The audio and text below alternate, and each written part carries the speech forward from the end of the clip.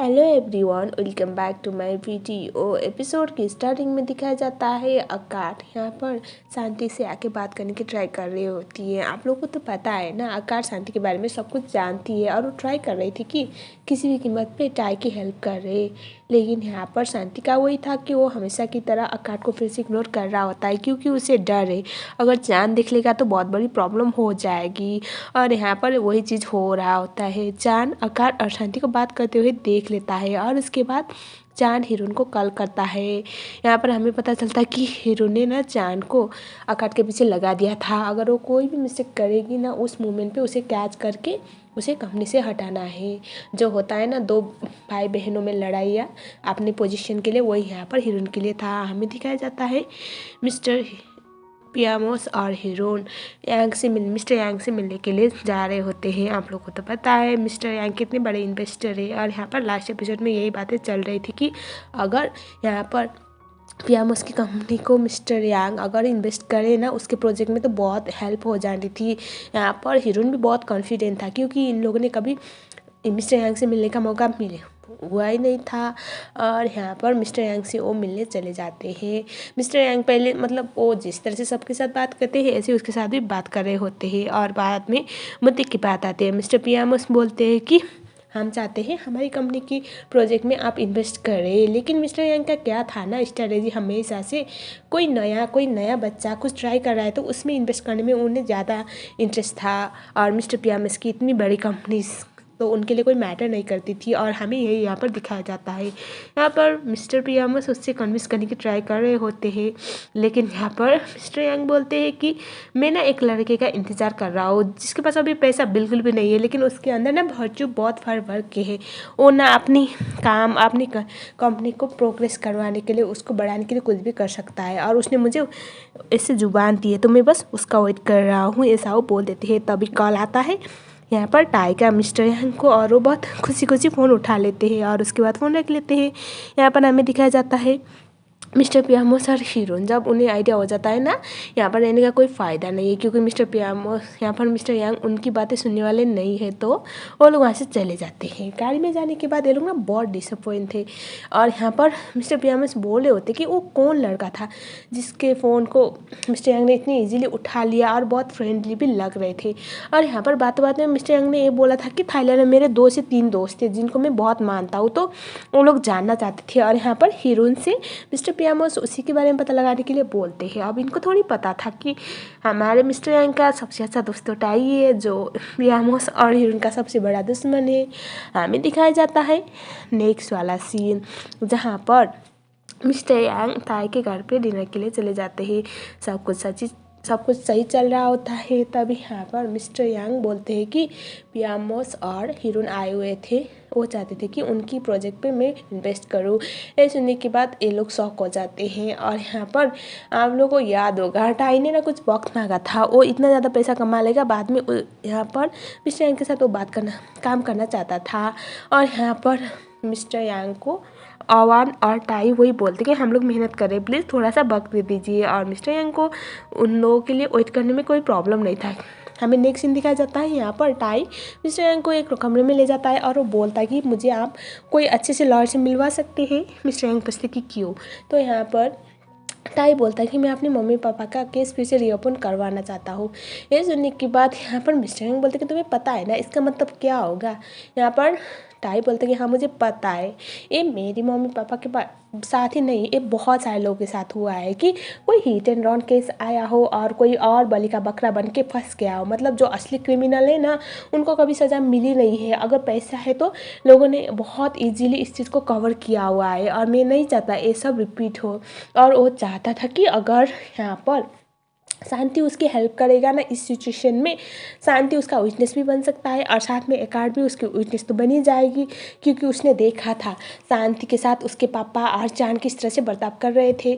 तो इस सिचुएशन में इस टाइम पे उसके लिए एक प्लस पॉइंट हो सकती है अगर उसके पापा का केस रीओपन करवाएगा। तो मिस्टर यंग बोलते कि मुझे नहीं लगता टाई तुम्हें इस टाइम पे कोई ऐसे अपनी पर्सनल दुश्मनी को ना इतना आगे ले जाना चाहिए, क्योंकि तुम भूलो मत इस टाइम पे शांति के पास उसकी वाइफ और बच्चा भी है जिसका उसको ख्याल रखना है, ऐसा वो बोलते हैं।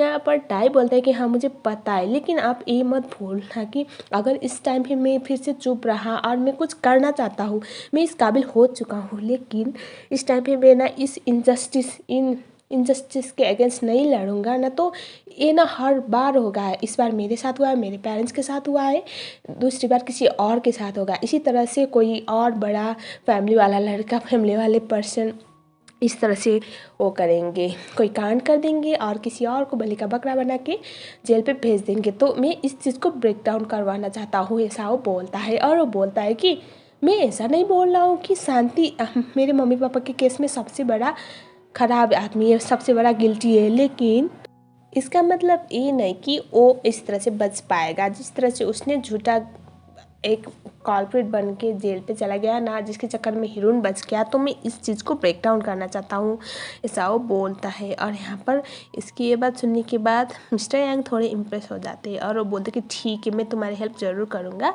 मैं किसी लॉयर को जानता हूँ जो तुम्हारी हेल्प ज़रूर करेंगे।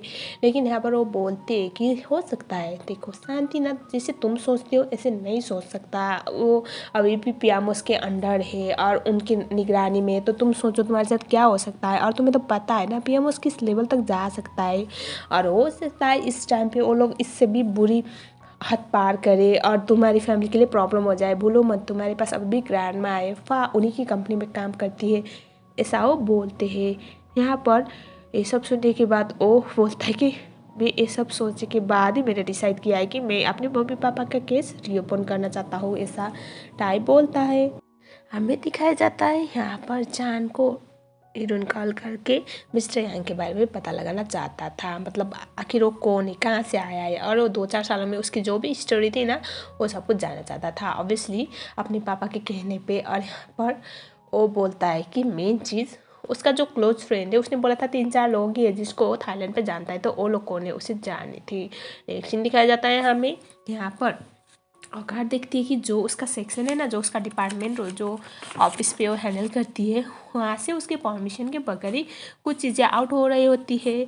और इसको साइन कौन कर रहा था, शांति, मतलब अप्रूवल ना वो दे रहा होता है। यहाँ पर अकाट आती है और शांति से बात करने की ट्राई कर रही थी, शांति वहाँ से चला जाता है, अकाट उसके पीछे पीछे जाती है, तो शांति उसे एक जगह पे खींच लेता है। और यहाँ पर वो बोलता है कि वहाँ पर सीसीटीवी फुटेज है और मैं नहीं चाहता कि कोई प्रॉब्लम हो। एंड देन हमें दिखाया जाता है यहाँ पर वो पूछती है कि ये क्या चीज़ है और मेरे परमिशन के बगैर क्यों ऐसे बाहर जा रही है। तो यहाँ पर शांति बोलता है कि मुझे पता नहीं है, चान ने ये सब करने के लिए बोला था। और जब वो रेसिप्ट देखती है ना उस ऑर्डर का, तो वो चाइनीज़ में था और ना ही वो शांति पढ़ सकता था, ना तो आकार पढ़ सकती थी। लेकिन आप लोग को तो पता है कौन चाइनीज अच्छे से पढ़ सकता है। तो यहाँ पर शांति बोल रहा था कि मैं नहीं चाहता इस बार भी मैं जेल जाऊँ, तो मैं बस उनकी हेल्प कर रहा था, जो वो लोग बोले ऐसा कर रहा था। यहाँ पर हमारी गार्ड बोलती कि चलो मैं एक फ़ोटो ले लेती हूँ, और उसके बाद वो उस फ़ोटो को लेके हमारी टाई के पास चली जाती है, वही चाइनीज स्कूल पे। और वो जो टीचर और टाई मिल के उस चीज़ को क्रैक डाउन करती है। यहाँ पर ना सारे ऑर्डर्स तो नॉर्मल थे, मतलब कुछ इलीगल था नहीं, लेकिन एक ऑर्डर ख़राब था। अब वो ख़राब क्या था हमें बाद में पता चलेगा, क्योंकि अभी ये बोला नहीं है, बस टाई ये बोलता है कि एक ऑर्डर ख़राब है।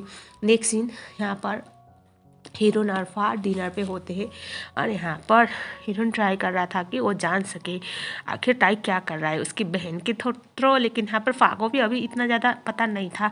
तब यहाँ पर डुआन माई आती है। डुआन माई मतलब वही लड़की आप लोगों को याद होगा जिसने फा को ना रेस्टोरेंट में काम कर रही थी, तब उसे वहाँ से आउट करवाया था।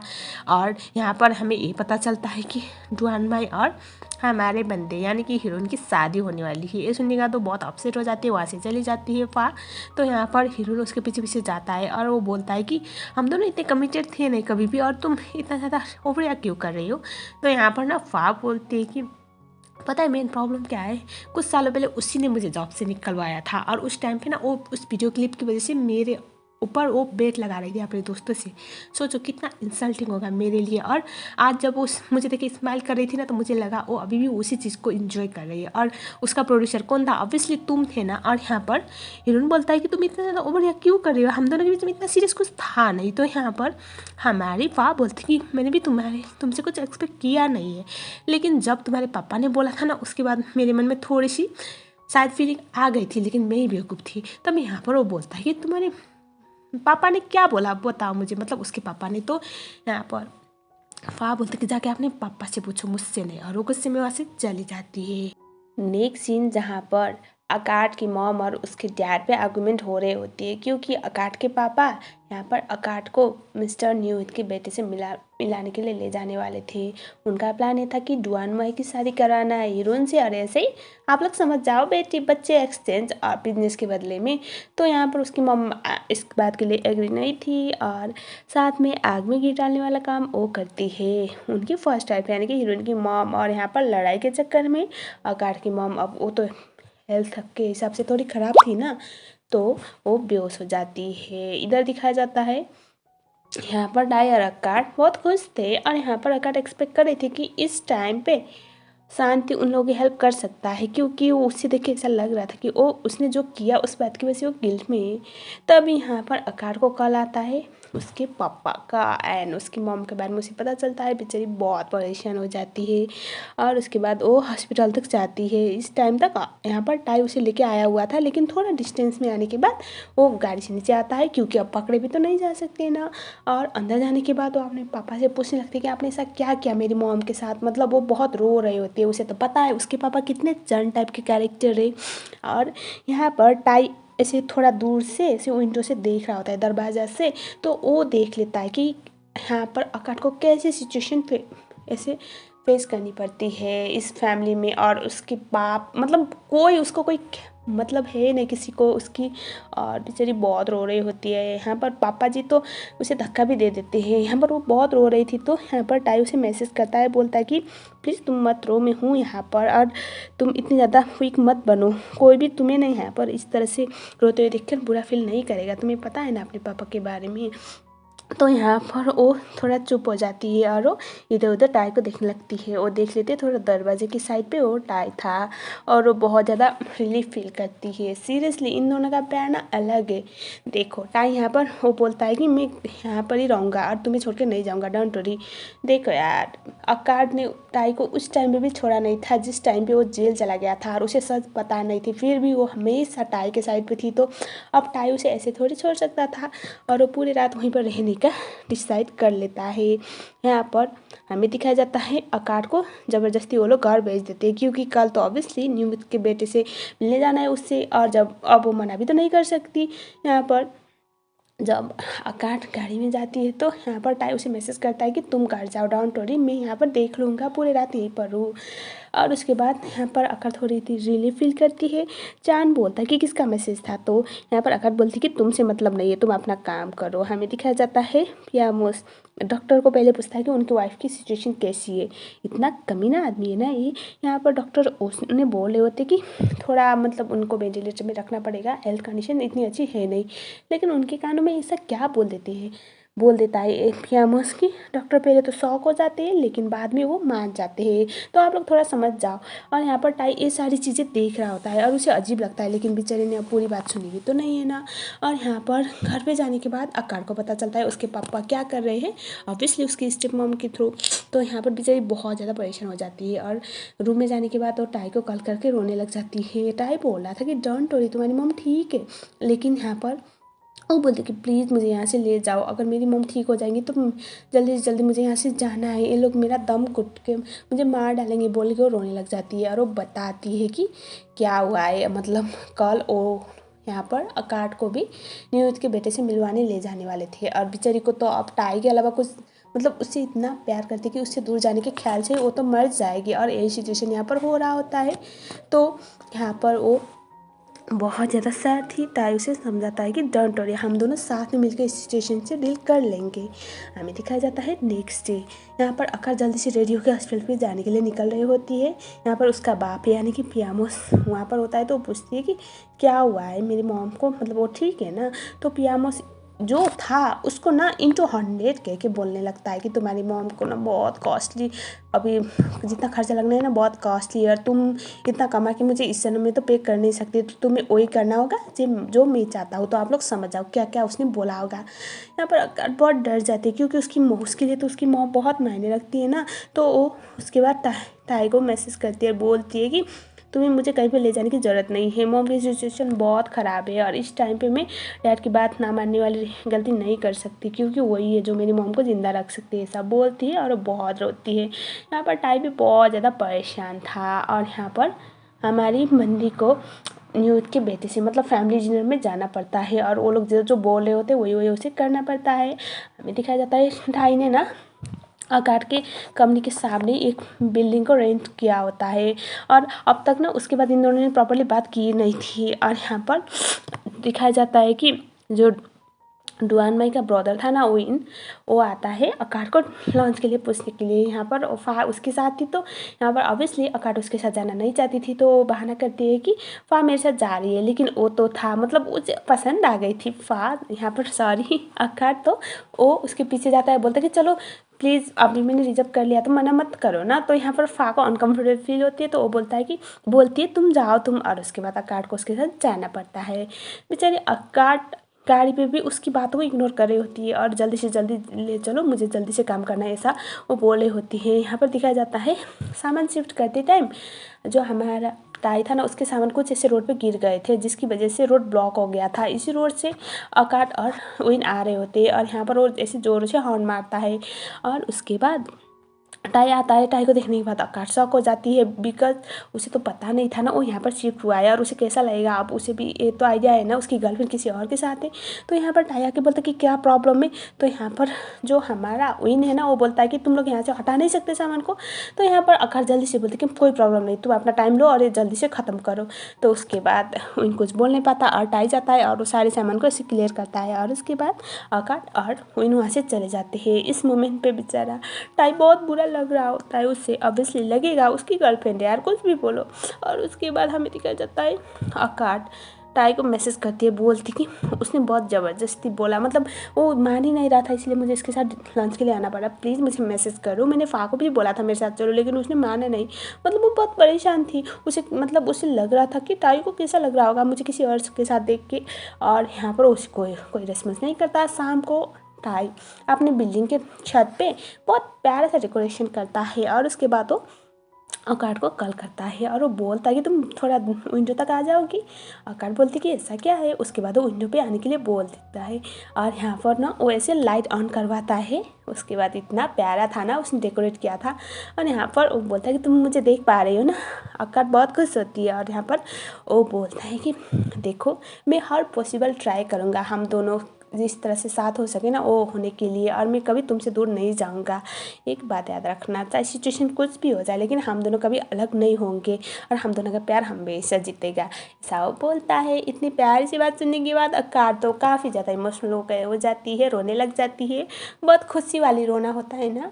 और इसी के साथ साथ दिस एपिसोड एंड्स हियर। तो इसका नेक्स्ट पार्ट में बहुत जल्द अपलोड कर लूँगी और आपको तो पता है अभी बेडरूम में है, नहीं तो मुझे इसी को कंटिन्यू करना पड़ेगा, साथ में वो लॉयर वाला ड्रामा। तो मुझे बताओ गाइज ये स्टोरी आपको कैसी लग रही है। चैनल में नहीं हो तो प्लीज़ चैनल को सब्सक्राइब जरूर कर लेना, मुझे आप लोगों के सपोर्ट की बहुत ज़रूरत पड़ने वाली है।